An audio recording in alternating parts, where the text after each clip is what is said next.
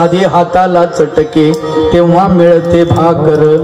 म्हणून असा संसार, याची दुःखरूपता, पापमूळता, अनित्यता ही संतांना कळली. आणि म्हणून संत म्हणतात, संसाराची नाही देवा मज आस, कीर्तनाचा ध्यास लागो आता, कीर्तनाचा ध्यास लागो आता, कीर्तनाचा ध्यास लागो आता, कीर्तनाचा ध्यास लागो आता, कीर्तनाचा ध्यास लागो आता. संसाराची नाही देवा मज आस, कीर्तनाचा ध्यास लागो आता. म्हणून भगवंता संसार करून थकलोय म्हणतात संत, आणि मला संसाराची आस नाही आहे. लक्षात घ्या, या प्रपंचामध्ये इतकं गांजून गेलो आहेत आपण, आणि आपल्याला तरी सुद्धा तो त्याचं लक्षण ज्यावेळेस बघितलं, प्रत्येक संतांनी प्रत्येक धर्मपंथामध्ये सांगितलेलं आहे की बाबा रे, प्रपंच नीट नेटका करा. संत तुकाराम बाबा म्हणतात, प्रपंच करावा नेटका. आपला प्रपंच नेटका नसतो, फाटका असतो, नाही तर विटका असतो. ठीक आहे, मला सांगा, प्रपंच किती वयाच्या कितव्या वर्षापर्यंत करायला पाहिजे? साधी गोष्ट आहे, प्रत्येक गोष्टीला मर्यादा आहे. उदाहरण सांगतो तुम्हाला, म्हणजे लक्षात येईल. दूध आणलं तुम्ही, आता दुधाला किती दिवस तुम्ही ठेवणार टिकवून? दुधाची टिकण्याची मर्यादा काय आहे? दूध टिकवायचं म्हटलं तर त्यासाठी फ्रीज जरी असेल तुमच्या घरी, तरी 7 दिवसाच्या वर दूध टिकत नाही, नासून जातं. बरोबर आहे? मग आता दुधाला टिकवायचं काय करावं लागेल? इरजन लावावं लागेल, म्हणजे त्याचं रूपांतरण करावं लागेल. मग त्याचं लोणी काढावं लागेल. लोणी जास्त दिवस टिकत नाही, मग त्याला तपवावं लागेल, कढवावं लागेल. नंतर मग त्याचं तूप बनलं, मग ते राहील. प्रत्येक गोष्टीला मर्यादा आहे. तसं मनुष्याच्या आयुष्याला सुद्धा मर्यादा आहेत, मर्यादा आहे त्याला. आणि मग याला मर्यादा किती आहे? 100 वर्ष. खूप झाले. काय 100 वर्ष?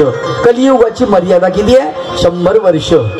बरं, या 100 वर्षामध्ये आपल्याकडे जी मर्यादा आता आहे, 100 वर्ष किती लोक जगतात बा? फार कमी. 80 मध्ये आपला खेळ आटपून जातो. त्याच्यानंतर माणूस म्हणतो मेलं तर बरं. नाही, एखाद्या माणसाला भेटायला जर आपण गेलो, म्हाताऱ्या माणसाला, आणि त्याच्या पोराला विचारलं कसं काय तब्येत वडिलांची, काय बाबा हाल आहे, काही खरं नाही, सी सू जाग्यावर आहे सगळं कपड्यामध्ये, आणि गेलेलं बरं म्हातारा. आता पोरगं काय म्हणतं? गेलेलं बरं. कारण का? त्यालाही त्रास आणि आपल्यालाही त्रास. कंटाळा ज्यावेळेस करतील लोक, त्यावेळेस आपल्याला असं वाटतं हे गेलेलं बरं. म्हणजे 80 वर्ष खूप झाले. साधारण गोष्ट सांगतो, 80 वर्षाचे जर 4 टप्पे केले, तुम्हाला सांगतो 20-20 वर्षाचा टप्पा. पहिला टप्पा ब्रह्मचारी, दुसरा गृहस्थ, तिसरा वानप्रस्थ, चौथा संन्यास. खेळ आटोपला. आलं का लक्षात? मग पहिल्या टप्प्यात ब्रह्मचारी आश्रम आपण पार पाडला. ब्रह्मचर्य म्हणजे काय? आताच्या तरुण मुलांना कळणारच नाही ब्रह्मचर्य काय म्हणणार आहे. एका पोराला विचारलं, का रे भाऊ ब्रह्मचर्य म्हणजे काय? त्या म्हणे ब्रह्मचर्य म्हणजे लग्न न करणे. अवघड गोष्ट आहे, त्याला ब्रह्मचर्य म्हणत नाही. म्हणजे लग्न न करून सुद्धा तुमचं ब्रह्मचर्य भंग पाहू शकतो. फार महत्वाचं आहे, लक्षात घ्या. तुम्हाला डॉक्टर बनायचं, इंजिनियर बनायचं, वकील बनायचंय, मामलेदार बनायचंय, आमदार बनायचंय, खासदार बनायचंय, तुम्हाला काय बनायचं बना, पण त्यासाठी ऊर्जेची गरज आहे. ऊर्जा. आणि ऊर्जा कशामधून मिळते माहितीये? ब्रह्मचर्यातून. कारण ऊर्जेचा संग्रह त्या काळामध्ये होत असतो. वयाच्या 21 वर्षापर्यंत ब्रह्मचर्याचं पालन केलं पाहिजे मुला मुलींनी. ध्यानात ठेवा. माझ्यासारखं कीर्तन कोणी करत नाही. मी लई स्पष्ट बोलणारा माणूस आहे. पुढच्या वेळेस मला नाही बोललं तरी काय अडचण नाही बाबांनी. आलं का? एखाद्यानं म्हणलं बाबाला, काय बाबा काय आणलं ते बाबा, कुठला आणला कुठून आणला काय माहिती, काही मी बोलत होते. एक लक्षात घ्या, ब्रह्मचर्य अत्यंत महत्वाचं आहे, अत्यंत महत्वाचं. आणि वयाच्या 21 वर्षापर्यंत आपण ते पाळलं पाहिजे. आणि ते पाळण्यासाठी माता पित्यांनी आपल्या लेकरांना प्रोत्साहित केलं पाहिजे आणि त्यांचं रक्षण केलं पाहिजे. ब्रह्मचर्य पाळण्यासाठी त्यांना मदत केली पाहिजे. काय भानगड आहे हे ब्रह्मचर्य? काय भानगड आहे? लक्षात घ्या. पर ब्रह्म परमेश्वर सर्वज्ञ श्री चक्रधर प्रभू भगवान गोपाल कृष्णाबद्दल सांगतात की गोपाल कृष्ण भगवंत 8 प्रकारचं ब्रह्मचर्य पालन करायचे. किती प्रकारचं? 8 प्रकारचं. अष्टविध ब्रह्मचर्य. श्री चक्रधर भगवंत म्हणतात श्रीकृष्ण चक्रवर्ती अष्टविध ब्रह्मचर्य, 8 प्रकारचं ब्रह्मचर्य. कोणतं कोणतं 8 प्रकारचं? पंच ज्ञानेंद्रिय, डोळ्याचं ब्रह्मचर्य, कानाचं ब्रह्मचर्य, त्वचेचं ब्रह्मचर्य, जिभेचं ब्रह्मचर्य. आलं का लक्षात? श्रोत्रम चक्षु स्पर्शनमचं, रसनम घ्राणमेवचं, नाकाचं ब्रह्मचर्य. बापरे, हे तर अवघडच कामं झाली. कशाचंही ब्रह्मचर्य नाही. पंच ज्ञानेंद्रिय आणि 3 कर्मेंद्रिय असं 8 प्रकारचं ब्रह्मचर्य सांगितलं. गोपाल कृष्ण भगवंत पालन करतात 8 अष्टविध ब्रह्मचर्य. आपल्याला एक पाळणं होत नाही. आलं का लक्षात? काया वाचा मनसा ब्रह्मचर्याचं पालन केलं पाहिजे. शरीराने ब्रह्मचर्य पालन केलं पाहिजे, वाचेने सुद्धा ब्रह्मचर्याचं पालन केलं पाहिजे आणि मनाने सुद्धा ब्रह्मचर्याचं पालन केलं पाहिजे. आता मनाने कसं केलं पाहिजे? 21 वर्षापर्यंत कुण्याही मुलीच्या डोक्यामध्ये मुलाची तस्वीर सुद्धा आली नाही पाहिजे. आलं का लक्षात?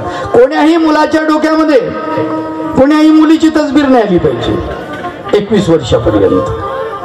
ब्रह्मचर्य, कारण संग्रह आहे. डायव्हर्शन तुमचं दुसरीकडे होते आहे.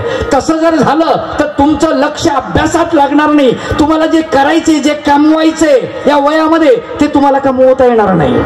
आणि हे ब्रह्मचर्यामध्येच कमवलं जातं. लक्षात ठेवा, छत्रपती शिवाजी महाराजांनी स्वराज्याची स्थापना केली त्यावेळेला छत्रपती शिवाजी महाराजांचं वय काय होतं त्याचा विचार करा जरा. काय वय होतं? त्या वयाचा विचार करत असताना छत्रपती शिवाजी महाराज जेव्हा 18 वर्षाचे होते त्यावेळेस छत्रपती शिवाजी महाराजांकडे त्यांनी 19 किल्ले जिंकले होते. किती किल्ले जिंकले होते? 19. वयापेक्षा 1 जास्त. संत ज्ञानेश्वर माऊली वयाच्या 16व्या वर्षी ज्ञानेश्वरी सांगितली. सच्चिदानंद बाबांनी लिहिली. वय काय? 16 वर्षाचं. कमाल आहे. 16 वर्षाचं वय. संत केशराज व्यास वयाच्या 25व्या वर्षी पंडित भासासाठी आपला देह त्यांनी अर्पण केलेला आहे. आणि त्याच्यामध्ये त्यांनी काम किती केलं माहितीये तुम्हाला? मूर्तिप्रकाश नावाचा ग्रंथ तयार केला. एवढा ग्रंथ आहे. जवळजवळ 3000 ओव्याचा ग्रंथ लिहिलाय त्यांनी. भगवान गोपाल कृष्णाच्या नुसत्या 2 ओठावरती या संत केशराज व्यासांनी 1400 ओव्या लिहिल्या. किती? काय लिहिलं असेल यांनी? रत्नमाला स्तोत्र, दृष्टांत स्तोत्र, अधिक सूत्रपाठ नावाचा जो ग्रंथ आहे हा ग्रंथ लीळा चरित्राचा अभ्यास करून त्याच्यातली वाक्य बाजूला काढलेली आहेत. इतकं काम केलं वयाच्या 25 वर्षात. पाहत मी आपल्याला 25 वर्षापर्यंत कळतच नाही काय करायचंय. पोराला विचारलं किती वर्गात आहे? म्हणे मी 10व्या वर्गात आहे. बरं पुढे काय करायचं? काय म्हणे बघू काहीतरी करू. अरे काय आता ठराव काय करायचंय ते. 10व्या वर्गात आहे तू, इथून पुढे कोण्या फॅकल्टी मध्ये जायचंय? सायन्स घ्यायचंय का तुला, आर्ट घ्यायचंय का कॉमर्स घ्यायचंय, पुढे काय बनवायचं इथूनच ठरव तू. आम्हाला कळत नाही, समजत नाही आम्हाला. लक्षात ठेवा. बरं शिकून सवरून आपण काय करणार आहोत? जर शिकल्यानंतर आपल्या मध्ये माता पित्याचा आदर राहत नसेल तर त्या शिक्षणाला अर्थ काय? डॉक्टर बाबासाहेब आंबेडकर जेव्हा शिकून भारतामध्ये वापस आले तेव्हा त्यांना कळालं आपला लाडकं कुत्र मरण पावलं, 3 दिवस जेवण केलं नाही कुत्र्यासाठी. विचार करा. आमचा बाप मेला, आई मेली तरी आम्ही विदेशातून वापस येत नाही, अशी अवस्था झालेली आहे आमची. क्या किया रे तूने जीवन गवा दिया, क्या किया रे जिसे पाला था उसको खो दिया रे, जिसे पाला था उसको खो दिया रे.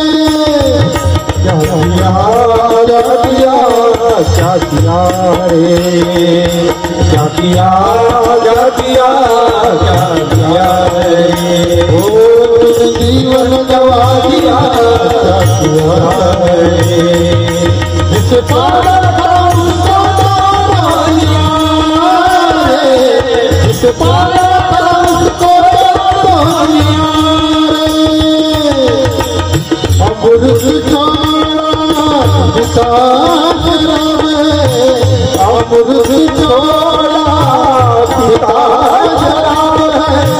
भगवान के नाम मुख मोड़ता तू भगवान के नाम मुख मोड़ता तू हरे मुख मोड़ता तू हरे मुख मोड़ता तू हरे मुख मोड़ता क्या किया क्या किया तुमने जीवन गवा दिया क्या किया जिस पागल